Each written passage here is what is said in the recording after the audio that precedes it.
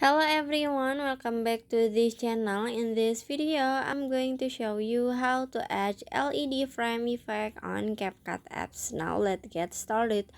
First, after you open your CapCut and add the video that you want to edit, you just click on the effect at the bottom.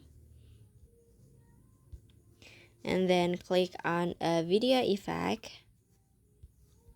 And at the menu, you can swipe until you can see frame. Click on it and swipe down until you can see LED frame.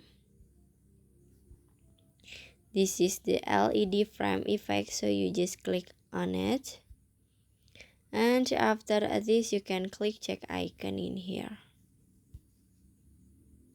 Now you can adjust the effect, so you can click on adjust at the bottom. You can adjust for the speed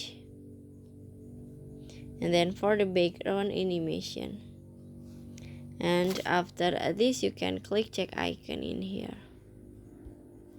Now you can set the effect until the end of the video. Finish. So that's how to add LED frame effect on CapCut apps. I hope you found this video to be helpful. If you enjoy with the content, please consider like, comment, and subscribe down below. Bye bye.